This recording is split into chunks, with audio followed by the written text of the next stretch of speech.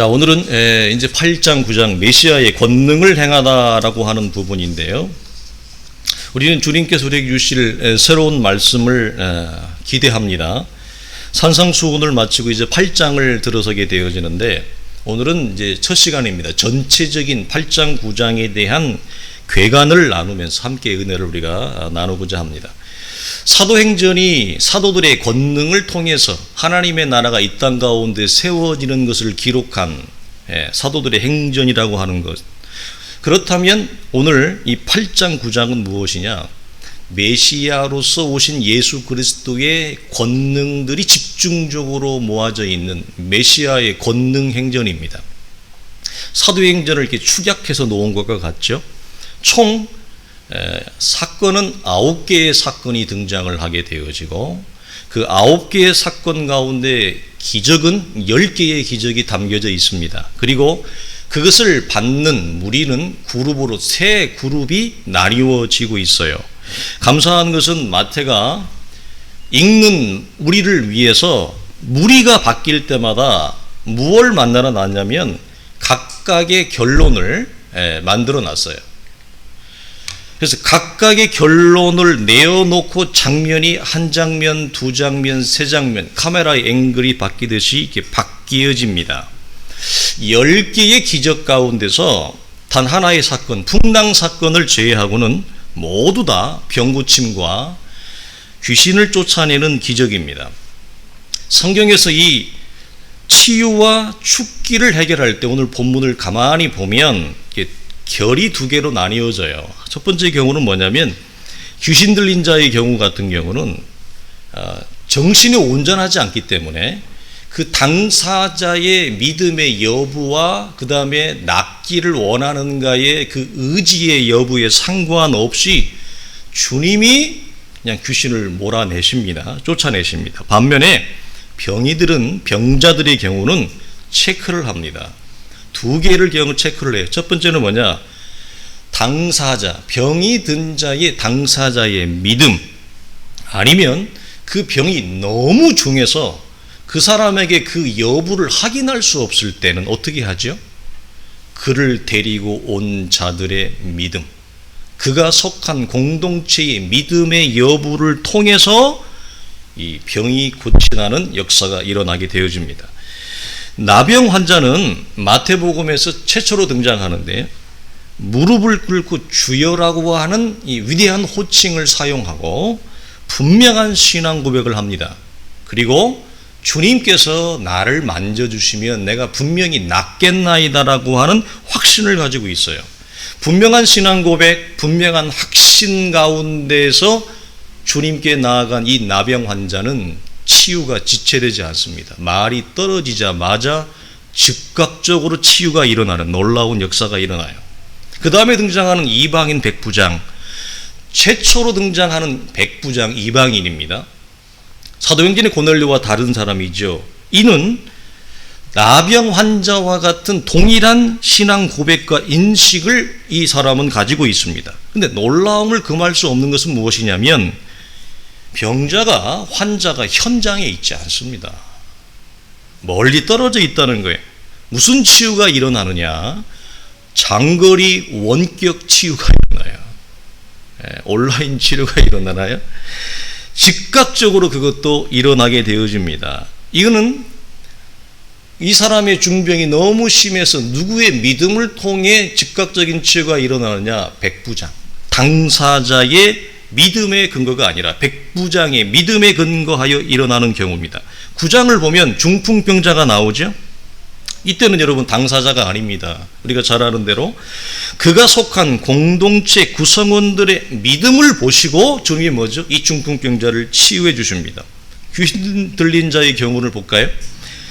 귀신 들린 자의 경우는 공통점이 뭐냐면, 주님이 말도 꺼내기 전에 먼저 다 벌벌벌 떨어요. 영적인 존재들이 주님이 오는 것을 알고 이들이 스스로 토해냅니다. 그래서 알아서 귀신들이 항복을 해요. 그래서 주님은 오케이, 나가, 가, 딱 한마디만 해요. 그러면 알아서 다들 나가요. 여러분, 풍랑 사건은 자연 세계가 주님의 말 한마디에 순종하는 것을 보게 되어지는 것이고, 이 모든 기적들은 단지 주님의 말 한마디에 다 일어납니다. 놀라운 거죠. 이게 우리 시대에도 이런 은혜가 주의 교회가 일어나면 얼마나 좋을까 간절한 마음이 있습니다. 이것은 여러분 무엇과 마태가 이걸 비교시키냐면, 이 당시, 지금도 마찬가지지만 이 당시뿐만 아니라 귀신을 쫓아내는 특별히 이런 죽기의 경우 같은 경우는 정교한 주문을 외웁니다. 고대 세계로부터 지금에 이르기까지 주문은 주문의 원칙이 있어요. 6자로 구성되어 그걸 반복하게 되어 있어요. 그래서 정교한 주문을 나름대로 담아서 외우거나 그걸 반복하거나 아니면 요란한 주술적인 행위들을 동원하게 되어 있어요. 그래서 그죠? 반복하죠. 종얼종얼. 이게 전부 그런 케이스입니다. 전부 거기에서 파생되어지는 것입니다. 그래서 이렇게 요란한 주술적인 행위들을 동원하거나 물질들을 사용하거나 막 가져오는데 주님은 전혀 이런 것이 없어요. 무엇이에요? 그냥 말 한마디로 끝내요. 너무나 깔끔하게 정리합니다.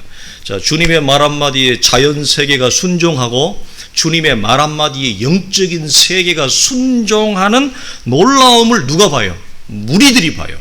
그래서 여러분 이런 충격적인 것들을 여러분 반복해서 보니까 무리들이 단지 놀라는 게 아니라 두려움과 공포에 더 들어갈 정도로 경악스러운 것입니다. 그래서 한 번도 보지 못한 놀라운 역사를 그들은 그의 삶의 현장에서 보니까 얼마나 여러분 두려움 가운데 있겠어요. 산상수훈 끝자락에서 무리의 고백을 여러분 보겠습니다. 무리들이 가르침에 논란이 그 가르치는 것이 권위 있는 자와 같고 그들의 서기관과 같지 아니함일러라. 그렇다면 8장 9장 권능 행전의 끝자락에서의 무리의 고백은 뭐냐? 무리가 보고 두려워하여 이런 권능을 사람에게 주신 하나님께 영광을 돌리니라. 무리가 놀랍게 여겨 이르되 이스라엘 가운데 이런 일을 본 적이 없어요. 자, 앞에 산상수훈의 가르침에서도 여러분 무엇이죠? 이들이 이런 가르침을 들어본 적이 없어요. 또 하나 여러분 무엇을 본 적이 없어요? 이런 위대한 역사를 인간 세계 속에 이 땅 가운데 일어나는 이런 놀라운 기적과 치유의 역사의 선물 세트 같은 것들을 연달아서 10번의 기적이 일어나는 것을 세 그룹의 무리가 바라보고 뭐죠? 놀라움과 경악스러움을 갖는 것입니다. 그래서 도대체 저 사람이 누구인가 하는 것입니다. 저가 도대체 누구이기에 이런 위대한 역사를 두려움과 경악스러움을 넘어서는 위대한 이런 역사를 그들이 여러분 보게 되어지는 거죠. 어떤 공통점을 발견하죠? 양자가 예수 그리스도의 권위와 권세와 권능이라고 하는 것입니다. 첫째는 가르침의 권위와 권능이었다면 이제 8장 9장으로 넘어가면 뭐죠? 그의 기적적인 역사를 통해 일어나는 하나님의 아들이신 분의 그 세력과 권세를 그들이 목도하는 것입니다. 그래서 마태가 우리에게 던져주는 큰 화두와 질문은 뭐예요? 마태복음을 읽는 모든 사람에게 마태가 말하고 싶은 건 뭐예요? 도대체 이 사람이 누구냐 이 말이에요.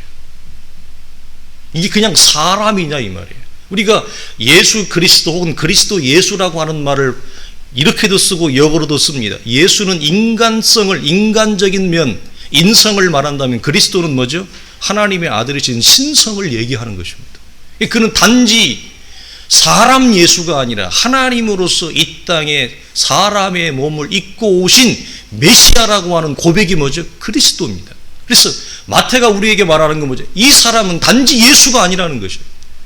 하나님의 아들로서 약속된 메시아로서 그가 이 땅에 오셨기 때문에 그분만이 가지고 있는 신적인 모습을 이 땅 가운데 보이시는데, 본체를 드러내시는데, 그 무리나 우리나 안타까운 것은 우리의 눈과 귀가 가리워져 그의 정체와 뿌리를 헤아리지 못한다는 것입니다.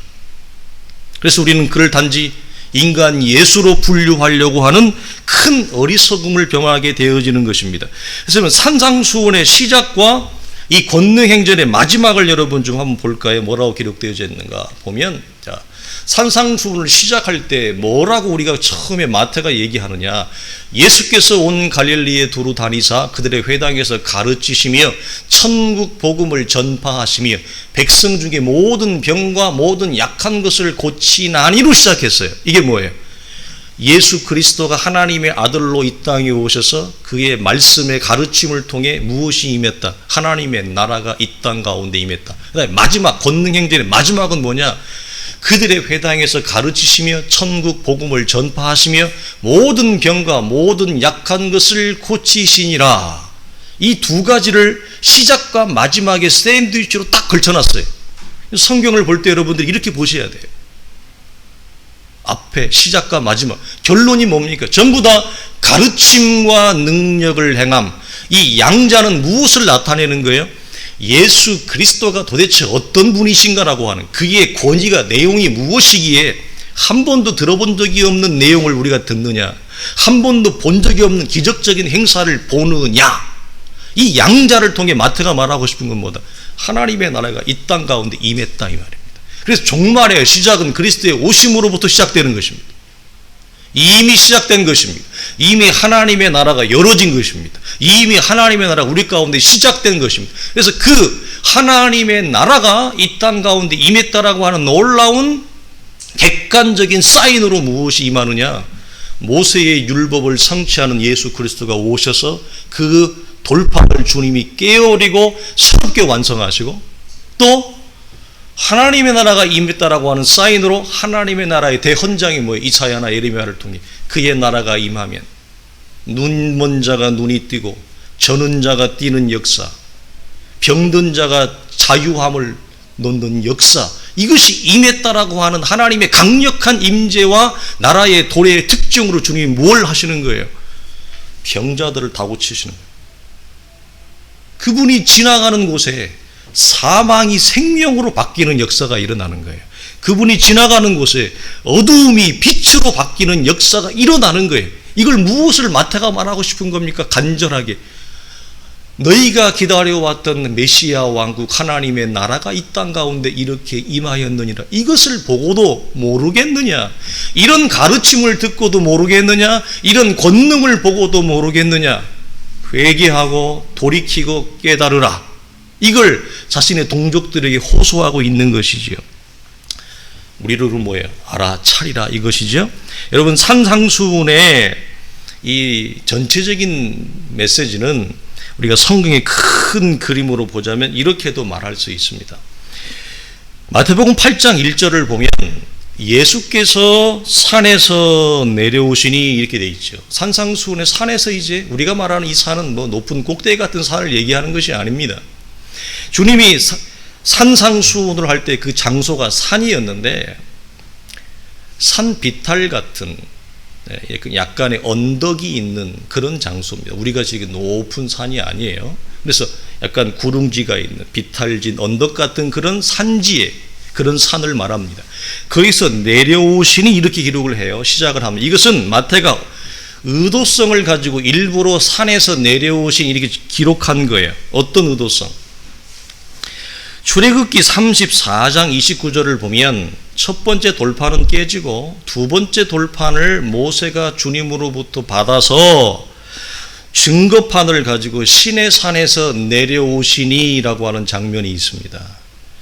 시내산에서 모세가 율법을 가지고 내려오는 장면과 주님이 산상수훈을 산에서 가르치고 산에서 내려오시는 두 장면을 마태는 의도를 가지고 서로 연관시킨다. 서로 하나로 만들고 있다. 무슨 말인가?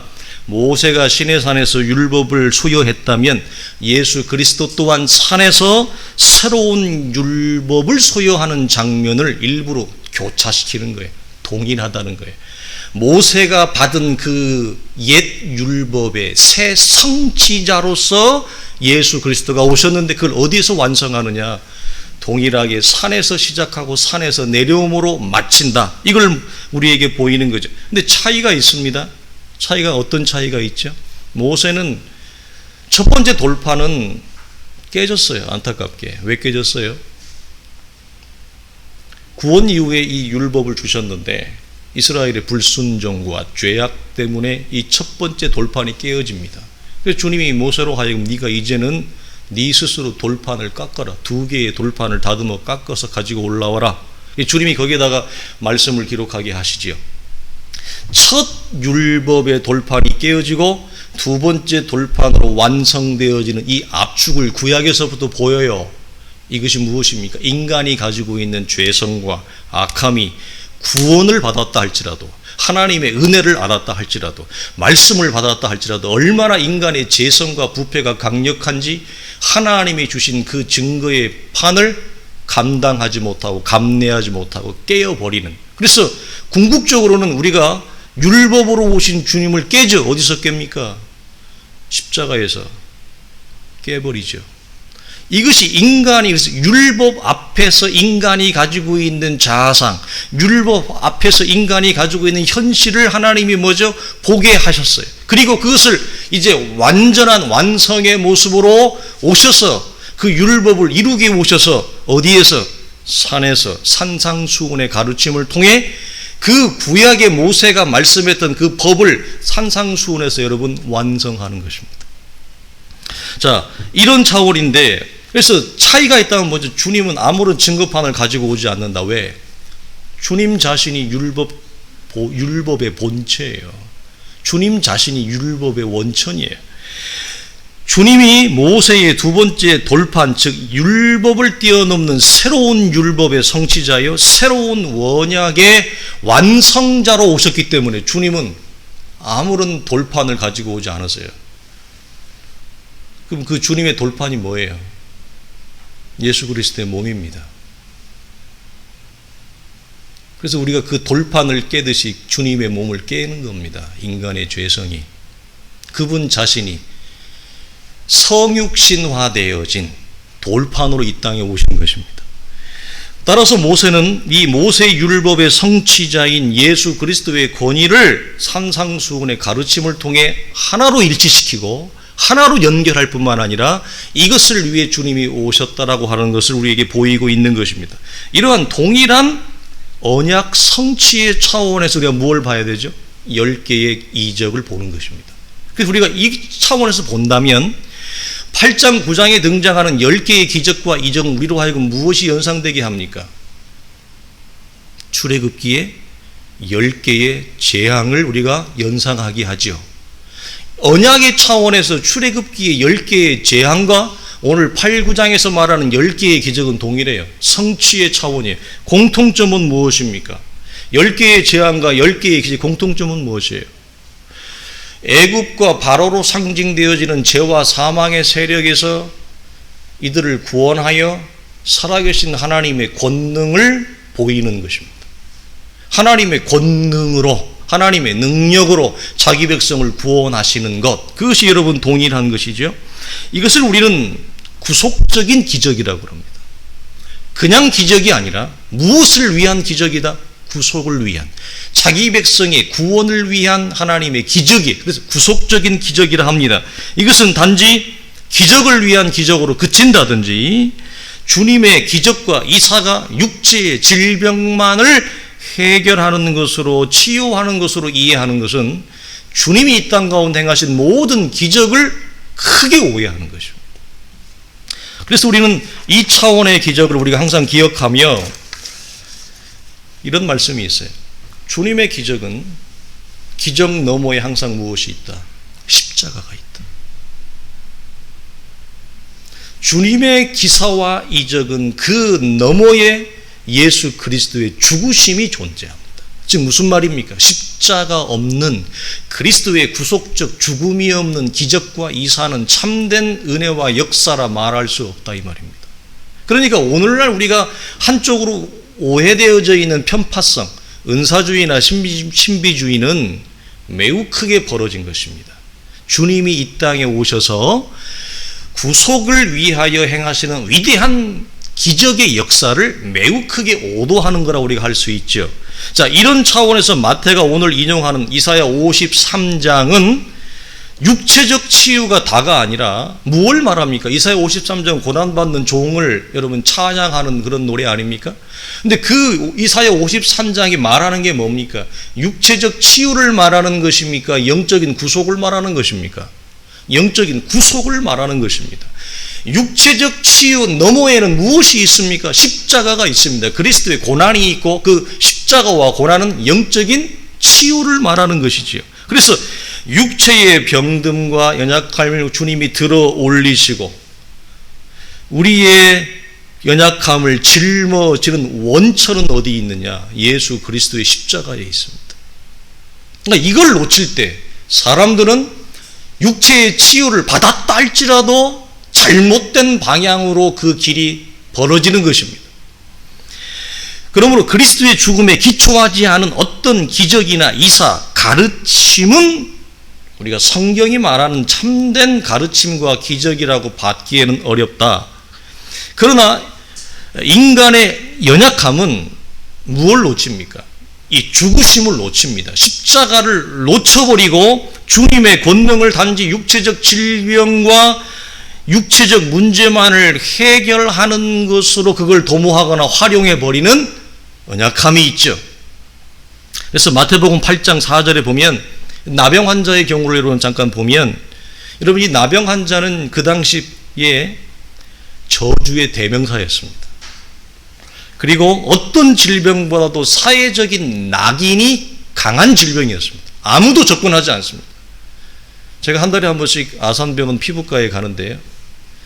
전국에서 지역병원에서 고치지 못하는 피부과 환자들이 세트로 앉아 있습니다. 무섭습니다. 드러나는 이 피부의 질환이 보고 있어도 무서울 정도예요. 여러분, 그러나 나병은 이 정도가 아닙니다.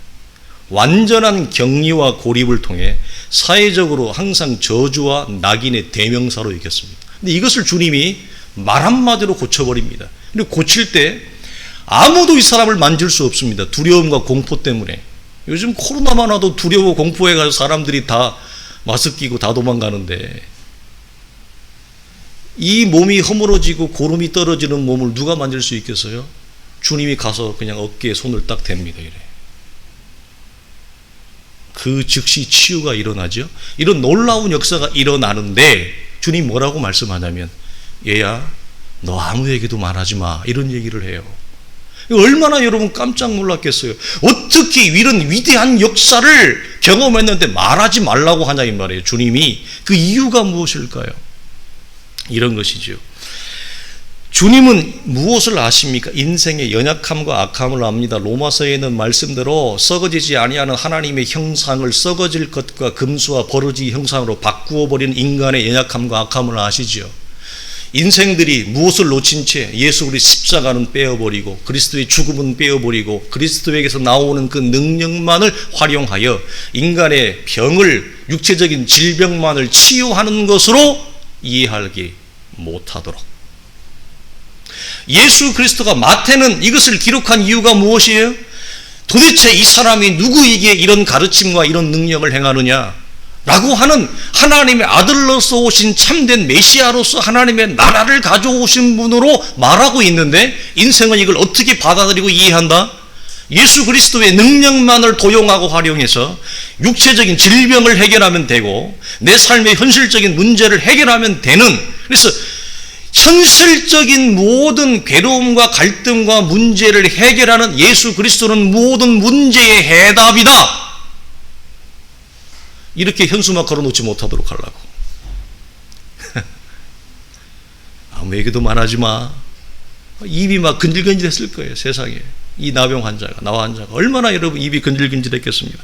이런 잘못된 기대와 오해로 기독교의 신앙을 받아들이고 이해하지 못하도록 하기 위함이었습니다. 주님은 이런 뒤틀려진 기독교, 오해된 기독교의 신앙이 당신의 사역의 초기부터 이게 사역의 초기 아닙니까? 사역의 초기부터 사람들의 입에 회자되는 것을 두려워하셨습니다. 여러분 오늘날의 기독교를 보십시오. 주님이 그렇게 경계했고 두려워했고 주의하라고 하는 것이 기독교의 신앙으로 있는 오늘날의 우리의 형국을 보십시오.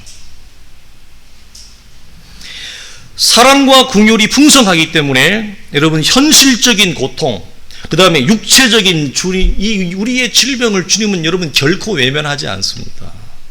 주님은 사랑과 긍휼이 워낙 풍성하시기 때문에 우리의 아픔과 우리의 괴로움 절대 외면하지 않죠. 그래서 혹 우리의 삶 가운데, 우리의 공동체 가운데 이런 육체적인 질병에서 자유함을 얻고 병에서 나음을 얻었다면 그것은 단순히 육체적인 질병을 치유하는 것이 주님의 목적이 전부입니까? 아니, 내가 현실적인 갈등이 있어요. 고통이 있어요. 그런데 그 현실적인 문제와 갈등이 해결이 됐어요. 주님이 만져주셔서 주님의 손이 오면 다 풀어집니다. 주님의 손이 오면 꼬였던 것이 다 열어집니다. 그것이 육체의 질병이었든지 경제적인 문제든지 관계적인 아픔이든지 어떤 거라 할지라도 주님의 손이 오면 임하면 인간이 가진 현실적인 모든 것들이 풀어지는 역사가 있죠. 그러나 그것은 해결이 목적이냐는 거죠. 단지 치유가 목적이냐는 거죠. 주님은 육체적인 치유, 이런 연약함의 치유 너머에 나를 향한 하나님의 위대한 구원의 경륜을 담고 싶어 합니다. 내 삶을 통해 하나님은 그걸 우리의 인생에 담고 싶어요. 담아내고자 하는 것입니다. 이 사실을 주목하셔야 돼요. 이 사실을 놓쳐버린다면 혹 육체적인 질병의 치유가 일어났다 할지라도, 아니면 관계적인 어려움이 해결이 됐다 할지라도, 내가 경제적으로 매우 힘들었는데 그 경제적 어려움이 해소가 됐다 할지라도 nothing입니다. 십자가가 없는 문제 해결은 기독교의 복음이 아닙니다. 우리는 자칫 잘못하면 치유 자체에 멈춰버리죠. 우리가 경계해야 됩니다. 곤란합니다. 주님의 목적은 이것이 아니라는 거죠. 내 인생에 하나님이 담고 싶은, 내 인생을 통해 하나님이 드러내고 싶은, 내 인생을 통해 하나님이 충만하게 흘러가고 싶은 그 무엇이 있어요? 그게 뭐예요? 하나님의 위대한 십자가의 경륜입니다. 위대한 구속의 경륜이 우리의 인생을 통해 하나님이 풀어내기를 원하시는 거예요. 그러나 이것을 우리가 놓쳐버릴 때 주님이 원함과 다른 원함의 자리에 서 있습니다. 여러분, 주님은 나의 삶에 하나님의 나라를 뭐한다? 담아내고자 합니다. 이게 사실 우리가 이 땅 가운데 걸어가는 주된 목적이에요. 우리가 살아있음의 목적이에요. 그러기 위해서는 여러분 무엇이 먼저 이루어져야 될까요? 단순히 현상이 해결되는 것이 아니라 내 안에 무엇이 일어나야 됩니까? 하나님의 나라가 먼저 이루어져야 됩니다. 하나님의 나라가 먼저 내 안에 열어져. 그래서 주기도문의 위대한 기도가 뭐죠? 주의 뜻이 하늘에서 이룬 것처럼 우리 가운데, 이 땅 가운데 이루어지기를, 이거 아니에요. 위대한 기도입니다. 그래서 우리는 하나님이 우리로 하여금 이 현상적인 괴로움과 갈등과 어려움을 준 것은 율법과 같은 거예요. 율법을 통해 절망하여 십자가를 바라보라고 하는 것처럼 이 관계적인 어려움은 경제적인 문제, 질병의 문제, 어떤 형상, 어떤 형국의 아픔과 갈등을 통해 하나님이 나에게 말씀하는 건 뭐예요? 십자가로 오라는 거 아닙니까?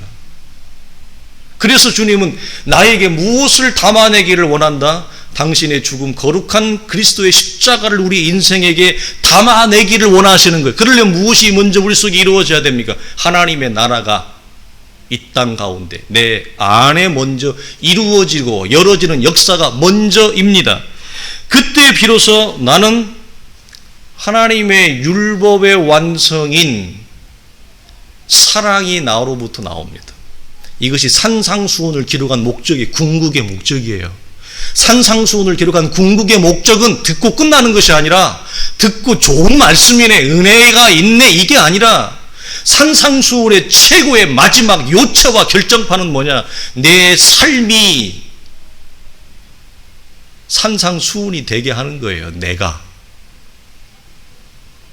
하나님의 목적이 어디 있느냐? 내가 산상수훈이 되게 하는 거라고. 그게 무슨 말이에요? 산상수훈은 첫사람 모세의 실패한 그 율법을 주님이 오셔서 언약의 성취자로 완성해 버리는 거예요. 깨어 버리는 거예요. 그 깨어짐의 마지막이 뭐예요? 사랑이에요. 그래서 산상수훈의 가르침의 마지막이 무엇이냐? 율법의 완성인 사랑이에요. 그래서 우리가 산상수훈을 들으면 우리 안에 막혀있던 사랑이 흘러나와야 되는 거예요. 우리 안에 없던 사랑이 여러분 새로 쏟아 나야 되는 거예요. 그러면 산상수훈이 내 안에 성취가 된 거예요. 어렵게 가지 말자고요. 자, 또 하나 이 10개의 기적의 원천은 여러분 무엇이었습니까? 병자를 보시고, 우리가 성경을 보면 복음서에 항상 같이 나오는 게 있어요. 그게 뭐예요? 주님이 병든 자를 보시고 외면하지 않습니다. 주님은 그들을 보고 항상 무리를 보시고 불쌍히 여기십니다. 가엾어 하십니다. 목자 없는 양 같은 그들을 보고 주님은 우시지요. 이게 무엇입니까? 기적을 행하는, 능력을 행하는 원천입니다. 원천. 주님은, 사람은 자기가 능력이 있으면 그 능력을 가시하고 싶어 합니다. 힘이 있으면 힘을 자랑하고 싶어 합니다. 10개의 재앙, 10개의 기적, 주님이 당신의 힘과 능력을 과시하기 위해서 이걸 행한 것이 아니라 인생을 사랑하시는 당신의 긍휼 어린 마음을 보이는 것입니다. 그래서 10개의 기적의 완성은 뭐냐? 내 안에 없던 긍휼이 나오는 것입니다.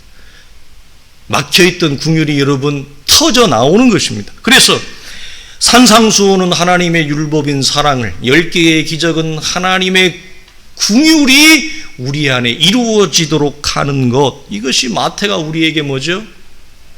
지금 나에게 말하고 싶은 거예요. 너 안에는 산상수훈이 있니? 너 안에는 10개의 기적의 권능을 보이신 그 목적이 있니? 이 말입니다. 즉 사랑과 긍휼이 너는 네 안에 내 삶에 담아있니? 담아있는 것으로 그치지 않고 흘러나오고 있니? 이걸 주님이 말하는 거죠. 그래서 산상수훈의 모든 내용과 권능의 행함은 새로운 언약의 성취자로 오신 예수 그리스도의 그 완성과 성취의 모습을 말하고 있는 것입니다. 베드로전서 2장 9절 10절을 보면 이런 말이 있죠. 너희는 택하신 족속이요 왕같은 제사장들이요 거룩한 나라요 그의 소유가 된 백성이니 이는 너희를 어두운 데서 불러내어 그의 귀한 빛에 들어가게 하시니 이에 아름다운 덕을 선포하게 하려 함이라. 너희가 전에는 백성이 아니더니 이제는 하나님의 백성이요 전에는 긍휼을 얻지 못하였더니 이제는 긍휼을 얻은 자니라. 우리는 여러분 사랑과 긍휼이 없던 자입니다. 우리 안에 사랑이 있었습니까? 우리 안에 긍휼이 있었습니까? 우리 안에 하나님의 덕이 있었습니까? 하나님이 우리를 인생의 각양의 형국에서 고통스러워하다가 주님을 통해서 이것이 우리가 참된 자유와 해방을 얻은 궁극적인 목적은 뭡니까? 우리 인생에 하나님의 덕을 선전하게 하려 함이라. 하나님의 덕을 자랑하게 하려 함이라. 없던 긍휼을 나오게, 없던 사랑이 우리 속에 나오도록 함이 주목적이에요. 주님은 우리의 삶을 통해 구속의 위대한 경륜을 담아내고자 하는 거죠. 이것 때문에 우리가 계시의 말씀을 듣는 거예요. 왜 우리가 좋은 말씀 하느냐? 여러분, 좋은 말씀이 좋은 말씀으로 그쳐버리면 그게 뭐 액세서리지 뭐 좋은 말씀입니까? 좋은 말씀을 듣고 끝나면, 여러분, 나쁜 말씀을 듣고 끝나는 것과 좋은 말씀을 듣고 끝나는 것과 무슨 차이가 있어요? 액세서리죠. 몇 번 쓰다가 버려버리는, 쓰레기통에 집어넣는 액세서리하고 똑같은 거예요. 그러나 우리가 좋은 말씀을 들어야 되는 이유는 어디 있습니까? 하나님의 우리 안에 담아놓은, 우리 안에 담아내고자 하는, 우리를 통해 풀어내고자 하는 위대한 하나님의 덕, 위대한 하나님의 구속의 경륜, 그 사랑과 긍휼을 우리의 삶을 통해 풀어내고자 하는 것이 주목적이에요. 그것 때문에 계시의 말씀이 필요하고, 혹 우리 가운데 육체적으로 치유할 사람이 있다면, 우리 가운데 영적으로 치유할 자가 있다면, 하나님이 그 개인의 믿음이나 아니면 공동체 가운데 그 누구의 믿음을 통해서라도 하나님의 나라가 주의 교회가, 우리가 섬기는 이 공동체가 하나님이 말씀하시는, 하나님이 인정하시는 거룩한 공동체인 걸 우리가 무엇으로 알 수 있겠습니까? 우리는 이 말씀을 근거로 하나님 앞에 담대하게, 당당하게 예수 그리스도의 권능의 원천인 긍휼에 의지하여, 긍휼에 호소하여 육체적인 질병이 떠나가는 역사를 위해 기도할 수 있는 영적 권세가 있습니다. 우리는. 그러나 그렇게 기도했음에도 불구하고 바울처럼 하나님이 That's enough 이러면 우리는 거기서 멈추는 것입니다.